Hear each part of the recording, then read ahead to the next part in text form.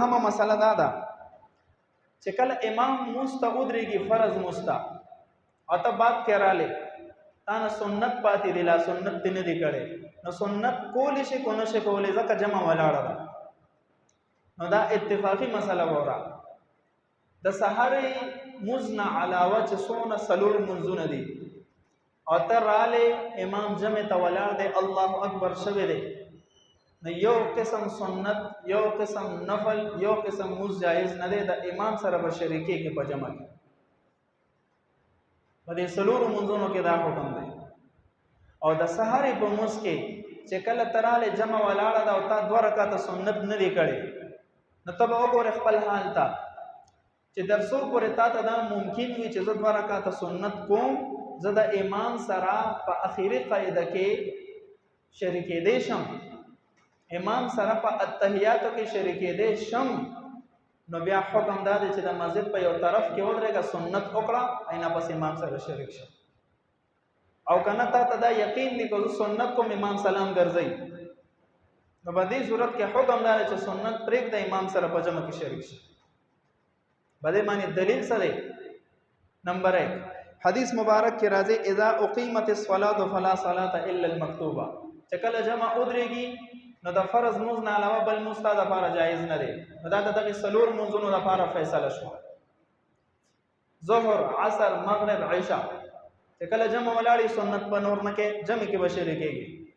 او چې کله د سحر موز وخت راشي نو حدیث مبارک کې دی رکعت الفجر خیر من الدنيا وما فيه د سحر 2 رکعات سنت الله ته دومره محبوب دي چې دا د دنیا او د دنیا ما فيها د هر سیز نه افضل دی دویم حدیث کې راځي لا تتركوا ركعه الفجر وان فردتكم الخيل تاسو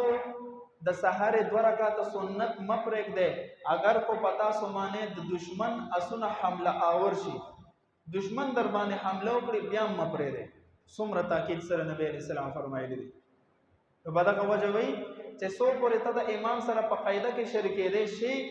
سنتو کا یو طرف کې او نشي شریکې دي جمع د نزي بیا سنت پرېدا او رسول د امام سره بده معنی دلیل څه دی مصنف عبد الرزاق کې حدیث موجود دی عبد الله ابن مسعود فرمای نور صحابه فرمای جاءنا ابن مسعود عبد الله ابن مسعود رضی الله عنه مسجد ترالو والامام يصلي صلاه الفجر او امام د سحر مس پڑھاولو عبد الله ابن مسعود مسجد ترانه نوته امام جمع ته د سحر مس تولاړو فصلى ركعتين الى ساريه عبد الله ابن مسعود رضی الله عنه د مسجد په یو کونه کې ودرېدو او 2 رکعات سنت یې وکړه ولم يكن صلى ركعتي الفجر د فجر 2 رکعات سنت یې نو کړې ور دې حدیث نه ثابت شو چې جمع ته ولاړې امام او تا د سار 2 رکعات سنت نه دی کړې اتراله نو اندازې تا وګوره چې ته د امام سره شریکې دې شي په اخري قاعده کې کو نشي کو شریکې دې شوي سنتو کا کو نشي شریکې دې سنت پر د امام سره شریک شي او د صحابه متعلق څوک دا نشي ویلي چې صحابه نعوذ بالله خلاف سنت زندگی تیر کړل دا څوک نشي ویل جرأت نشي کولای صحابه هغه په مقدس مکه هغه خلک دي چې د نبی له سلام سنت سکه چې د نبی له سلام ادایم خپل کړل یو اداین نه پرې غوسته سنت خداوی د ژوندۍ مشغله و د نبی له سلام هغه عادتونه مبارکه چې د ضرورت په وجه کړی دي هغه نه دی پرې غوسته نو سنت خلاف سنت نشي کېدی صحابه کرام مونږ کې دي شو نو په دغه نسبت باندې دغه دلیل په بنیاد باندې چې امام ولاړ دی تب بیا سکے یو طرف ته اورې کې سنت په کې خو چې تا ته یقین چې امام سره شرکت کولې شم کو نشي نو بس بیا امام سره شریک شه خایو انسان رالو سحر موز دنه فرض وشو او د سنت هم نه دی کړي چې مسجد ترالو نو د تاسو حکم دار چې سنت هم کا فرض هم کا پوره منځو کا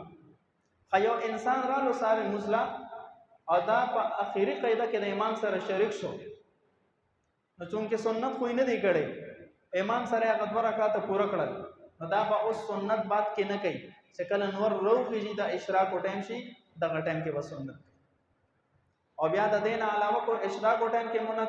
نو د غرمې د زوال وخت نه مخکې پورې تا ته اجازه ده ته دغه سنت او قضایي راګرځول شي